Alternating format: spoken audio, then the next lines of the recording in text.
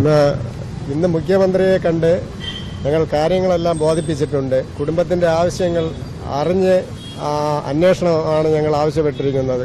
കാരണം 95 ദിവസമായിട്ടും അന്വേഷണത്തിന് പുരോഗതിയില്ല.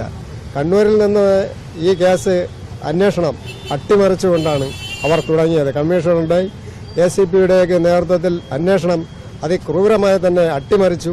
പ്രതികളുടെ സ്ഥാനത്ത് പ്രിൻസിപ്പലിന്റെ റൂമിൽ ഇൻസിഡന്റ് നടന്ന 5 അധ്യാപകരും പ്രതികളാണ്. അന്ന് തൊട്ടേ ഞങ്ങൾ എല്ലായിടത്തും പറഞ്ഞതാണ്, പരാതികൾ എല്ലായിടത്തും കൊടുത്തതാണ്. പക്ഷെ അവർ അതെല്ലാം മുക്കി കോളേജിന്റെ ഭാഗത്തും പ്രതികളുടെ സ്ഥാനത്ത് നിന്ന് അവർക്ക് പ്രതികളെ സഹായിക്കുന്ന വിധത്തിൽ എല്ലാവിധ ഒത്താശകളും ചെയ്തു കൊടുത്ത് അവസാന നിമിഷം വക്കീലന്മാർ പോലും ഹൈക്കോടതിയിൽ നിന്ന് പിന്മാറേണ്ട അവസ്ഥകൾ വന്നു. കാരണം മേളിൽ നിന്നുള്ള പ്രഷർമെന്റ്, കോളേജിന്റെ ഭാഗത്തു നിന്നുള്ള അധ്യാപകരുടെ ഭാഗത്തു നിന്നുള്ള പ്രഷർമെന്റിൽ ഈ പാവപ്പെട്ട ഞങ്ങളുടെ മകന് നീതി കിട്ടുമെന്ന് തന്നെയാണ് ഞങ്ങളുടെ വിശ്വാസം.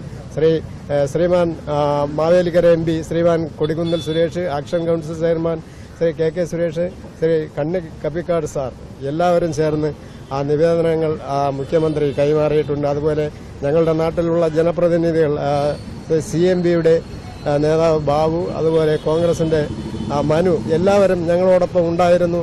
ഞങ്ങളുടെ ഇവരുടെ എല്ലാവരുടെയും ഉറച്ച പിന്തുണയോടുകൂടി ഇനി നിതിന് നീതി കിട്ടുമെന്ന് തന്നെയാണ് ഞങ്ങളുടെ വിശ്വാസം.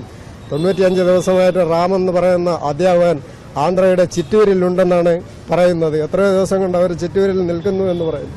ഇവരെന്താ ടൂറ് കളിക്കാൻ പോവുകയാണോ? ഈ പ്രതിയെ പിടിച്ച് നിയമത്തിന്റെ മുന്നിൽ അവരെ കൊണ്ടുവരേണ്ടതല്ലേ? അപ്പോൾ അതിൽ നിന്നെല്ലാം ഒരു നല്ലൊരു കേസന്വേഷണം ഞങ്ങൾ ആവശ്യപ്പെട്ടുകൊണ്ട് മറ്റൊരു ഏജൻസിക്ക് കൈമാറാൻ ബഹുമാനപ്പെട്ട മുഖ്യമന്ത്രിയോട് അപേക്ഷിച്ചു. അതുപോലെ കുടുംബത്തിന്റെ ആവശ്യങ്ങളെല്ലാം ഉന്നയിച്ചിട്ടുണ്ട്. അവരെ വൈകുന്നേരം ആഭ്യന്തരമന്ത്രിയുമായിട്ട് സംസാരിച്ചിട്ട് വേണ്ട നടപടികൾ എടുക്കാമെന്നാണ് പറയുന്നത്. അതിൽ ഞങ്ങളുടെ കുടുംബത്തിന് പൂർണ്ണ വിശ്വാസമുണ്ട്.